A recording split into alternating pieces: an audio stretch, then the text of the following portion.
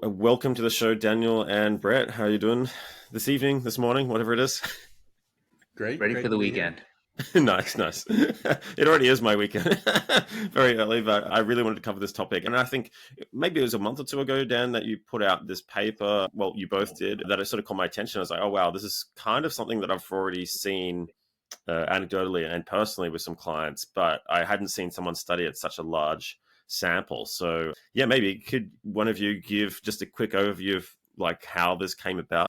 Yeah, so this has been something I've been super interested in for a really long time. We're all for privacy, but we all sort of also think that there are significant costs to some of these privacy policies for the firms that are using targeted advertising to reach their customers, and no one had quantified those costs except maybe some work that came out of Facebook. And while I believe the work that came out of Facebook, they also have a dog in that fight. And so this is something I've been wanting to work on forever. Me and Dan talked about it quite a long time ago. We worked for a long time to find the right data, to find the right companies willing to share their data.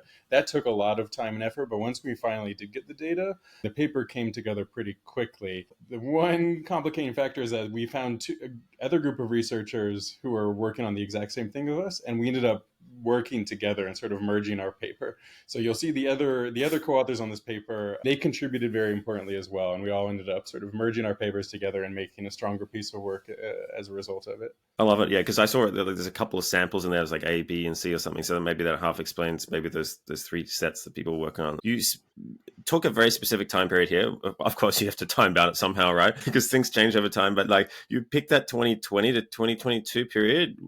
Correct me if I'm wrong there, but why was that? So we wanted to study the Apple's ATT policy introduction in particular. So they rolled out this ATT. This is when iOS 14 came out. It specifically prompted you when you're opening an app whether you allow that app to track your data across other apps or not. And if you don't allow it, then it basically severs third-party data sharing between apps. And this is really relevant for firms who use targeted advertising, especially on mobile advertising platforms like, say, Facebook, Instagram. The ability to track purchases that result from seeing ads on those websites is sort of really crucial. And so we wanted to study what happened specifically around that, because that's a major change in privacy policy, and we think potentially very important for companies that use advertising on these mobile apps. So we were focusing about 1 year before and about 1 year after. We ended up going a couple years after in the ultimate analysis, maybe like 2 years after. We didn't want to stretch too far into the future. This is a bit tricky because, of course, this is a very volatile time in e-commerce with a lot going on, pandemic, people spending a lot of time and money buying stuff online, and then maybe sort of gradually drawing down from that. So that was a bit tricky. We were sort of constrained by the fact that we were wanting to study this specific policy introduction as kind of a key event and see what happened around then. Yeah, I mean, it was a 100-year anomaly, but I suppose if anything, what e-commerce just kind of increased, I would say, at least temporarily for an extended period of time, and only now it's sort of like come off its boil. So I think that happened after 2022. So I think we can be pretty assured that the data isn't too far different to what it is now. Yeah, I mean, we saw a huge increase in online shopping during the pandemic, Yeah. and it sort of gradually receded to like the trend, the sort of growth rate that was going on before the pandemic. So I think we were now sort of ended up where we would have been otherwise.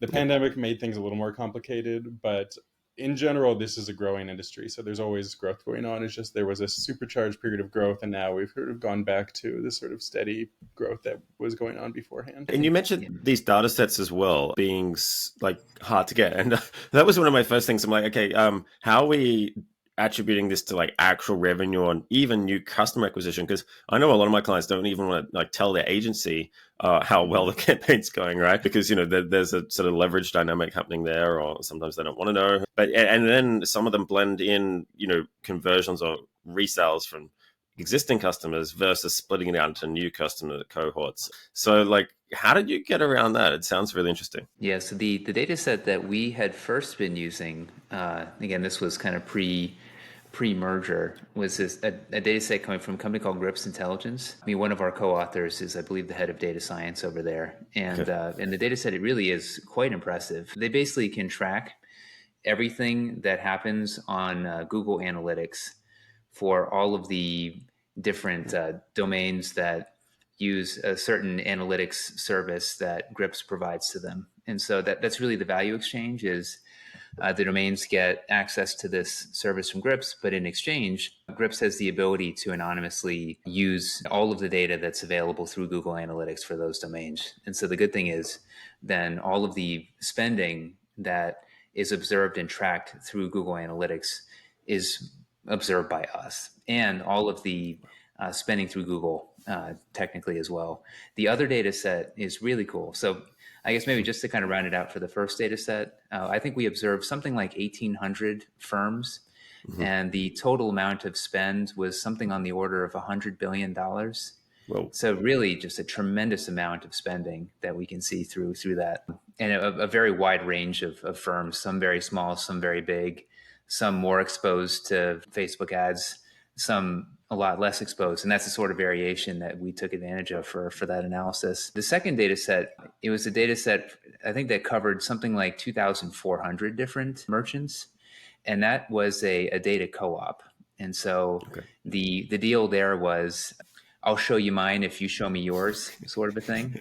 So the reason that data set was very complementary to the first data set is we see in the first data set a lot of granularity for sales, and we see the Google ad spend, but we don't really see, Meta ad spend or TikTok.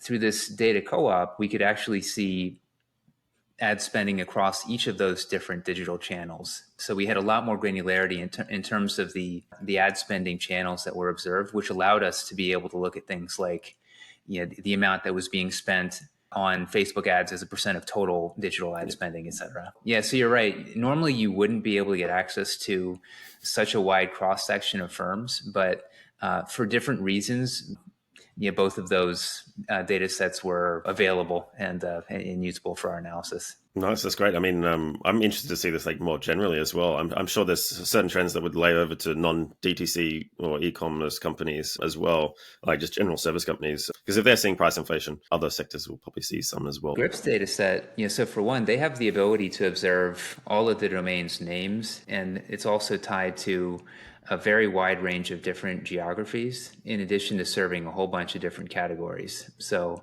in addition to variation in size, there's just so many different ways that you can cut that. Yeah, so really, I'd highly recommend for anyone who's kind of interested in that world, check them out. I think that their data is really quite rich and valuable. And just coming back to this ATT, I was looking at one of the graphs you had here around the adoption rate, and I think you've got a demarcation line in like June 2021, I think it is, when it was enforced, was it, or something? Or like there was a period of opt-in or whatever. And I just see the adoption rate go from like almost zero to within, I don't know, a month or less. Yeah, less than a month or like a week to 75%. So this adoption was extremely quick, all things considered. Mm-hmm. This is when they push out iOS 14.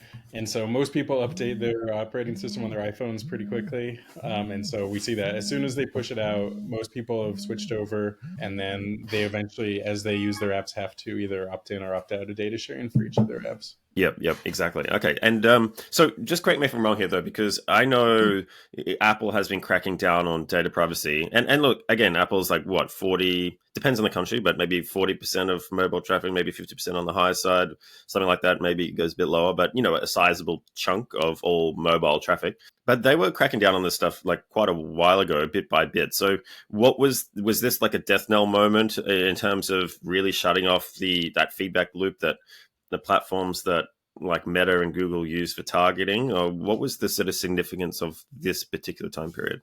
Yeah, that was the significance of ATT, that was a pretty abrupt change, that before you had that identifier that could be used to, attribute conversions, and it was boom, just turned off. So yes, I think, there's other things that were going on, but that change was very sudden. Okay, and it was significant because it affected the conversions accuracy of like the conversions column. So I know in digital marketing, and probably some people who are listening who are in business or have agencies that provide these services. A lot of the reporting is based on this, unless you're looking at views and engagement and clicks and things like that. If you're looking at more of that revenue side or what action did that spend have for our business, you'd be looking at conversions, and which in the case of DTC or e-commerce is generally some kind of sale event or some high value event. So is that why it was significant? Yeah, exactly. So Facebook in particular, or Meta across their different platforms would be able to, before this, put some kind of pixel or something on your checkout page. And so if you bought an ad and then somebody went and bought something, they would see that and they'd be able to not just observe that, but they could factor that into who they're targeting on your behalf. So you say, look, this person made a purchase of my product. Find me more people that look just like them. And Facebook would use their data and they would find you similar looking customers, and then they would target your advertising at people like that. And so the ability to see who actually went and made a purchase was extremely valuable for Facebook and Instagram and people like that in terms of optimizing their targeting. And then when they cut off that link and you no longer got to see, the most you could see is if somebody clicked on your ad, but you would never see what happened afterwards. It makes it much harder for these platforms to do effective targeting. Yeah, and also optimize that loop, isn't it? So like you're kind of losing a feedback loop, so therefore it's harder to like do the next round of whatever has to happen. So We give an example in the paper of Nike. Now, obviously, I've got a soft spot for Nike because of the prior rodeo at Zodiac, but you imagine that you see an ad on Facebook for a Nike shoe, the new Vaporfly 3s or something like that. If you click on it and go to the website before and then made a purchase on Nike's website, then Nike would pass back, oh, this person made a purchase, and they would say, this is their identifier, and they'd send it back to Meta so that Meta could basically close the loop and say, our ad was associated with that conversion event. After ATT, basically that exact same process could happen, but the thing that wouldn't be able to get passed back was the identifier to Meta. And so basically what Meta would then do is they'd kind of probabilistically try and attribute, they would know that the ad was clicked on, but they wouldn't be able to say that the conversion event was because of the click. So it just became a little bit less clear exactly what was causing what. Sorry, you I've heard good? from people who do digital advertising, and they used to have, this great ability to measure exactly which campaigns were succeeding, which one were doing better than others. They could measure all sorts of metrics based on the conversions that were coming from these different ad campaigns, and they lost all of that basically, and made their jobs much harder, not just for targeting, but like for measurement and like tracking their progress. All it's just kind of created complete chaos. Yeah, and I really want to talk about that in just a sec. But what effect did this have on expenditure after this iOS 14 update? We're losing visibility, not so sure about conversions. What did a lot of these retailers end up doing as a result? It's a great question. Yeah, so basically, you can imagine if you're relatively more exposed to Facebook, you're spending tons of money on Facebook ads, and then suddenly Facebook becomes less effective. You probably try and find other places to put your money, And so you'd imagine if they had perfect ability to substitute away from Facebook, they would try their best to do so. And so what we could see in the data was that firms were spending less on Facebook ads as a percent of their total budget, but it was something like 5 percentage points, which in the grand scheme of things, it was statistically and economically significant, but it's not like game changing, So what that indicated to us was firms were doing the best that they could, but there was some element of these meta ads that was really hard for these companies to replace. And so I think it also speaks to the market power that Facebook had for these types of companies. Yeah, it's interesting because I would have expected maybe a larger percentage just if you had told me. And then when I read it was 5%, I was like, actually, that's again not insignificant, but quite a lot of money, but less than I was expecting. I've got a couple of theories for why that is. Sometimes, if all your systems and processes are around this investment, a bit of like sunk cost fallacy comes in, and then what I've seen a lot of clients do temporarily is they'll double down, so they'll end up just expending more or making adjustments to keep on with that investment, and was trying and brute force it. So I don't know if you've observed anything anecdotally, but that's what I've seen.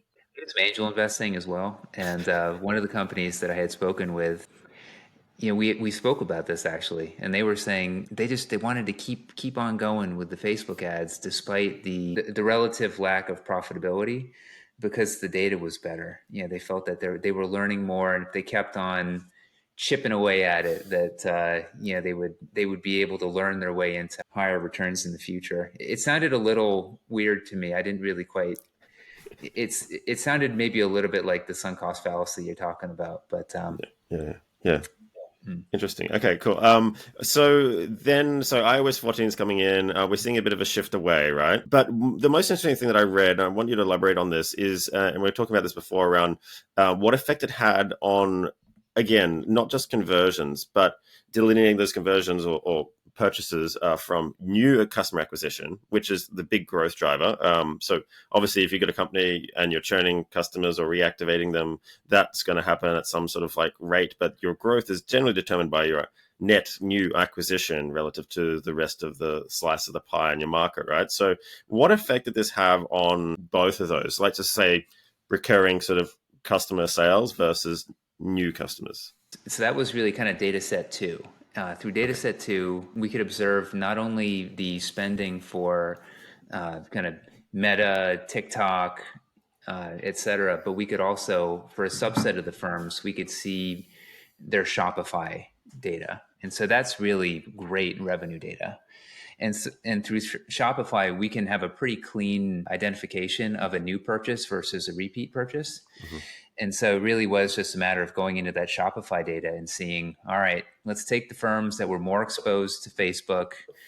What happened to new customer acquisition? What happened to the share of orders from repeat customers, that sort of a thing.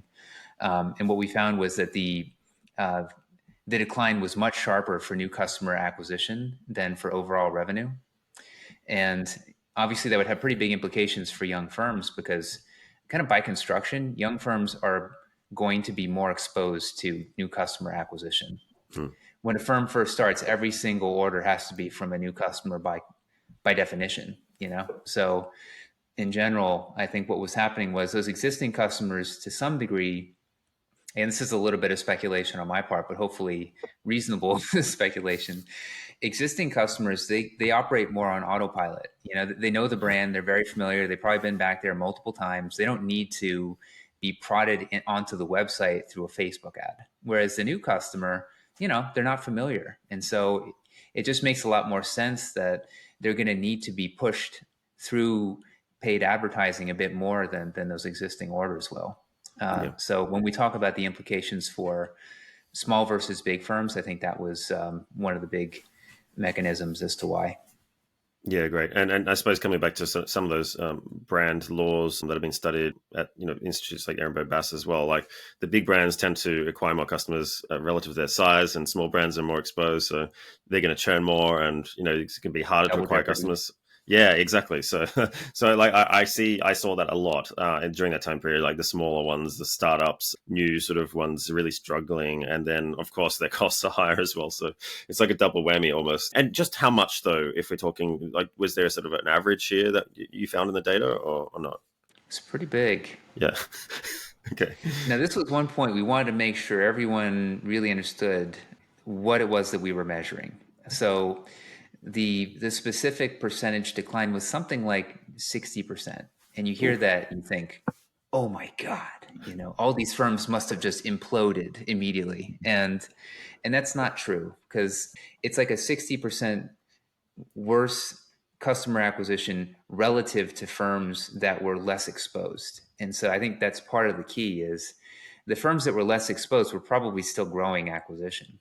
So just relatively speaking, the firms that were more exposed were taking more of a hit, but it's not like their acquisitions fell by 60%. That's not what was being measured. Yeah, wow. Okay, that's pretty significant. So yeah, if you were starting an e-com store around that 2021 period, halfway through the year, wasn't as easy as perhaps if you're already going for a couple of years. Yeah, makes sense. Specifically for the ones that have high exposure to Facebook. So it could be that there were some Yeah. other young firms that, they were just relatively less exposed. And so we wouldn't be making that statement about them. It really is the ones where, they had a very substantial exposure to, to Meta ads or to iOS devices, to mobile iOS spending. Okay, so when the price, so let's just fast forward a bit. The price has increased now. Something interesting happened. We're talking about sunk cost fallacy. Like before someone changes tact, they'll try to double down and brute force something before they sort of let it go. What happened there in terms of the conversion data as well? So what I noticed is that you said it was sort of modeled now, the conversions, Brett, I think you said, instead of being 100% accurate or somewhat accurate, but then they sort of substitute like conversions that are estimated. So you were trying to optimize around that data. I remember doing this with a client, and then so I'd optimize the campaign around it, going, oh well, they got more conversions, and then that test didn't work. I was like, hang on, why is the control campaigns performing just as well when I've adjusted things based on the feedback loop? And then I did that a couple of times. I'm like, okay, this just doesn't make any difference now. And I was like, okay. And I talked to some people and they said, well, technically it's not really, it's like a black box. We don't know the conversion anymore. So that was kind of a strange moment for me, trying to advise people or report them, like make sense of an agency's report, because it just was meaningless. So what was the workaround there? Because I know they introduced this kind of like conversion called CAPI API shortly thereafter. And then there were intermediary software coming out like Triple Whale and other things like that that would claim to plug that gap with the data that you were missing. How true, though, were some of those statements? I don't think anyone really knows how well those model conversions work. I mean, there's definitely still this policy change is for iOS users, so it's for iPhone users. It's a large share of the market. It's a huge share of spending, but people using Android devices, Meta can still track their conversions, and so you could, in principle, model the iPhone user and say, how similar are they to this Android user, or you could look at browser behavior and sort of third-party cookies on people's browsers and use that as well. So it's possible, and I suspect they've gone better over time as they've thrown a huge amount of resources and machine learning at this problem, that they've gone better over time at modeling these conversions. But it's really, you're right. There's really no one really knows for sure. This was a challenge for us in our data for portions of what we're trying to do is like, if ATT broke the loop and we can't observe conversions, how can we say what ATT actually did? Because it implicates our measurement as well. So ultimately, the revenue we're looking at is this Google Analytics data. It's from the site itself. We're just looking at the total amount of spending people are coming and doing. So there's no concern about that. But there is a concern about measuring like the specific conversion rates associated with different types of advertising. And so this is ultimately why what we care about is revenue and like how fast are these firms growing? Are they getting sales? Are they getting new customers? Things like that, which are not implicated by the measurement issues, because we don't really know how well things like conversions can be tracked now. Yeah, I mean, I think technically that's true, but there's a lot of rumors going around that sort of spread. People are maybe less technically minded, and they sort of become dominant dogma. And yeah, when I say, oh, we actually don't know what 30% or 40% of all your mobile purchases are actually doing, people sort of rally against that. So I've stopped saying that. But anyway, so okay, the CPAs are increasing. We kind of don't know. There's workarounds for some of these reporting systems from Meta system and maybe some intermediaries and that kind of thing. We can maybe do some isolation testing of iOS versus Android and maybe extrapolate that. So that's a good workaround. But what's happened since then? Have you been tracking the data since 2022 or seen anything change since then? Or That's when our data set ended. So yeah, I would love to see the more recent data. I'm not sure that I've seen those numbers. There is the question too, that the further out you get, the more likely it is that there's going to be other contamination. Just stuff happens. And so yeah, you have to wonder, if you see things moving back in the other direction, was it because the effect of ATT was gradually going away, or was it because, Meta did some other thing and now, that new thing that they did helped mitigate the effect. And so Yeah, so I think beyond a certain window of time, it becomes hard to really say with confidence what was being caused by ATT anymore. Yeah. One thing I have noticed is that the prices since 2022 have really increased for Meta ads. I know they sort of dropped that whole metaverse project, and then I noticed they sort of went back all into optimizing the ad system, which is their revenue stream. And I think what I saw there was just a very large price increase over that next 24 months to 48-month time period, which was significant. In fact, just the other week, and these things can happen really quickly, just the other week, and I'll talk to my friend who runs a DDC, and he said, oh, look, like my cost just doubled last week. Like in 1 week. And I was like, oh, that's pretty sudden. And yeah, that was really interesting. We're seeing some like Temu effect coming in here. And because it's all real-time bidding, the pricing is like a market-based mechanism. So when you get large people coming in, it can spike out of nowhere for like everyone. And so this crazy fluctuations happening. But like from what I've observed, like the prices have gone up even more. I would say maybe 1 to 2 times since 2022 at least. So I don't know how some of these firms are struggling, which brings me to what have you observed as a result of this, like business wise? Have firms collapsed? Like, how's the e-com market going right now? Yeah, so I'd say collapsed is the wrong word, although we do find these like really large hit to revenue from ATT. It seems like more of foregone growth is like they should Okay. have been growing. They were expecting to be growing. It was just sort of baked in, and then they sort of got cut off, and they were going much less quickly than they had been before. And so I wouldn't say collapsed, although probably there are some that have collapsed or gone out of business. Yeah. But instead, it's that growth that they expected and the trajectory that they had been on went away. So maybe someone's that had a very large valuation multiple or something, and maybe expectations of glory maybe got a bit of a reality check, and some of those we saw in the media kind of collapse, some of the famous ones, or stagnate. Certainly, yeah, a lot of those direct-to-consumer darlings, they've been having a real tough time.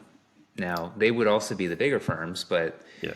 the Allbirds, the Warby Parkers, and even, you hear, we give that example of Nike. There was that well-publicized news of them kind of shifting a bit more back towards wholesale then. So, Mm. I think it's been a little less profitable. I think, we've still seen some growth, but it hasn't been quite as much. It's a little bit disappointing, and it's been expensive. Yeah. So, yeah.